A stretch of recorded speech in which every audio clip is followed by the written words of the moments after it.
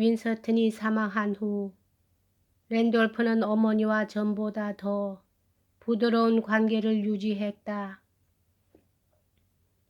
랜돌프는 어머니를 기쁘게 해드리려고 노력을 했고 클레멘타인도 윈스턴이 사망한 후에는 랜돌프의 제의와 충고를 구하고 가끔 그것을 받아들였다.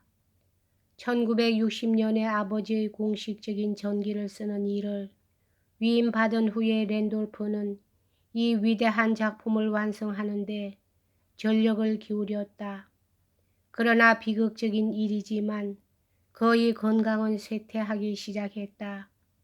그럼에도 불구하고 그는 집필을 계속하여 윈스턴 처칠의 첫 두 권이 1966년과 1967년에 각각 출판되었다. 랜돌프는 57세를 일기로 1968년 6월 6일에 사망했다. 그의 건강은 몇 달 동안 눈에 보이게 악화되고 있었으나 그의 죽음은 충격에 기인한 것이었다. 슬픈 때에는 항상 그랬듯이 클레멘타인은 거의 아무 말도 하지 않았다. 클레멘타인이 45 자녀 중에서 살아남아있는 사람은 사라와 필자뿐이었다. 이스트 보골트에서 거행된 랜돌프의 장례식에서 그리고 후에 성 마가렛 교회에서의 추모 예배에서 클레멘타인은 엄숙한 채 말이 없었다.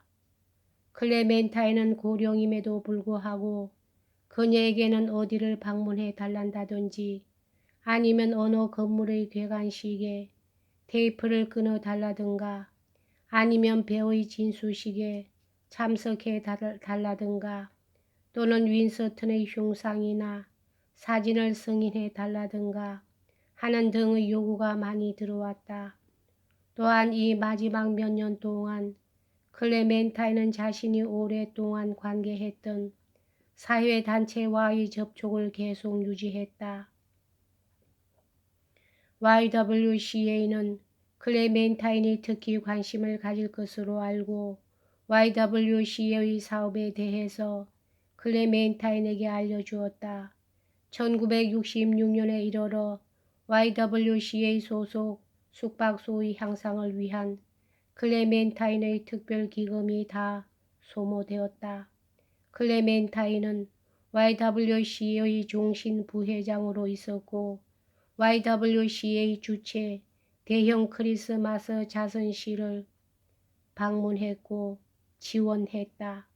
1966년에 클레멘타인은 애틀리경 기념재단의 이사의 한 사람이 되었고 1968년에는 이 재단의 기금을 호소하기 위해 만들어지는 영화에 실제로 한 역할을 맡았다.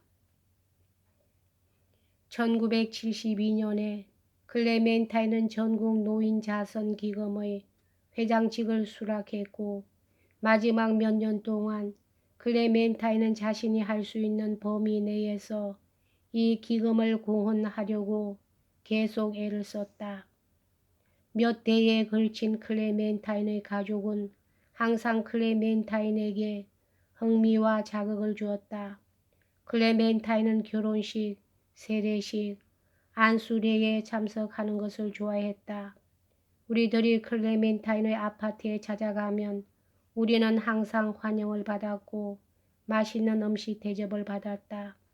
손자들의 직업, 시험, 친구, 그리고 야망들은 항상 클레멘타인의 관심의 대상이 되었다. 17세 된 필자의 딸 에마는 1966년 1월에 클레멘타인과 같이 식사를 했는데 어머니는 필자에게 다음과 같은 내용의 편지를 보내주었다. 그 애는 자기의 학교를 좋아하는 것 같더라. 그리고 독일어를 공부한다는 거야. 1968년 가을에 필자의 남편은 파리 주재 대사로 임명되었다. 그의 임명은 우리들을 포함한 모든 사람들을 놀라게 만들었다. 그는 1966년 총선거에서 낙선했고 1968년 초에는 다시 출마하려고 바삐 움직이고 있었다. 어머니는 이 소식을 크리스토퍼에게서 듣고 기뻐했을 뿐만 아니라 크리스토퍼가 이 새로운 직책을 받아들이는 것이 옳았다고 확신했다. 우리들 생애에 있어서 이 새로운 모험에 대해 필자는 처음부터 흥분했으나 그것은 필자가 어머니와 같이 있을 시간을 적게 만들어 줄 것이라 생각하고 걱정이 되었다. 사라는 가끔 미국에 가 있었기 때문에 어머니는 어느 정도 필자에 의지하고 있다는 것을 알고 있었다. 어머니는 그 다음 4년간 파리에 있는 우리들을 방문해 주셨다. 한번 방문하시면 일주일 동안 머무르셨다. 그 당시에 우리들은 어머니께서 파리에 오셔서 재미있게 시간을 보내셨다고 생각했는데 어머니로부터 감사의 편지를 받고 필자는 기쁘고 고마워서 눈물을 흘렸다. 파리 주재 영국 대사관은 18세기 중엽의 집인데 이 집은 나중에 나폴레옹의 두 누이인 폴린 보르게스의 집이 되었다. 이 집은 유럽에서 가장 아름답고 역사적으로 유명한 집임에 틀림없으며 대가족을 수용할 수 있는 방도 있었다. 그래서 크리스마스 때에는 우리들은 우리의 모든 아이들과 크리스토퍼의 어머니, 크리스토퍼와 누나와 그녀의 가족, 그리고 필자의 어머니를 초대하곤 했다. 클레멘타인은 떠들썩하게 굴었던 여러 세대들과 즐겁게 시간을 보냈던 것이다. 1971년 정초에 클레멘타인은 런던에서 필자에게 다음과 같이 편지를 보냈다.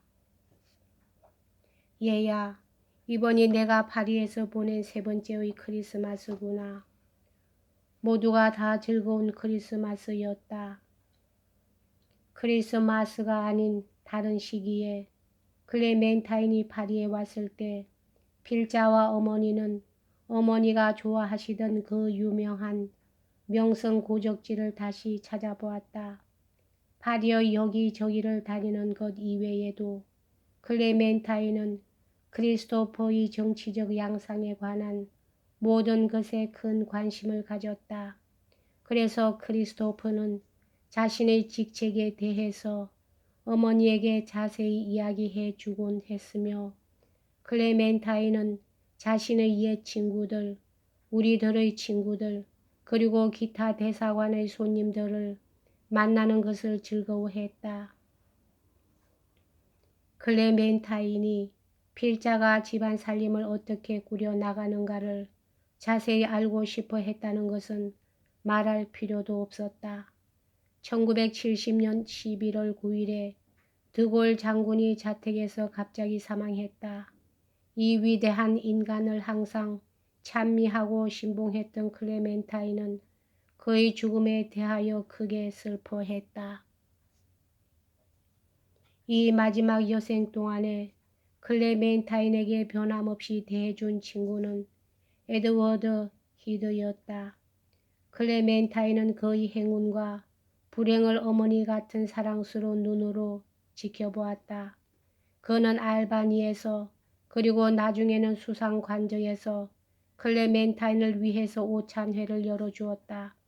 그리고 그는 클레멘타인과 같이 자주 점심 식사를 했다.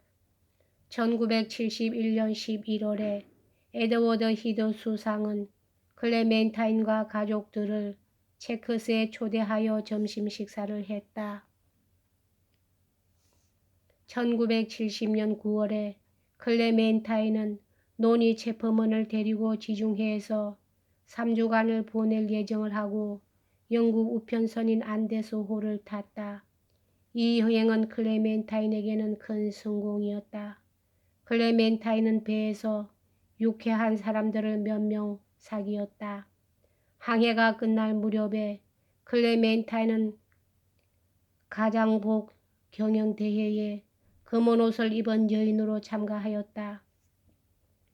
놀랍게도 클레멘타인의 1등상을 받아 기쁨을 감추지 못했다. 그 다음 해에 클레멘타인은 또 한 차례 지중해 항해 여행을 떠났다. 그러나 1972년엔 클레멘타인은 파리에 있는 우리들을 방문하는데 만족했다. 그런데 클레멘타인은 이해 11월에 두 번째로 넘어져 골반에 골절상을 입었기 때문에 그 후로는 항해 여행은 하지 못했다. 그러나 이 두 항해 여행은 즐거운 추억이 되었다. 클레멘타인의 인생의 마지막 12년 동안에 몇 가지 중요한 일이 있었다. 1969년 12월에 클레멘타인은 하원에서 윈서턴의 동상의 베일을 벗겼다.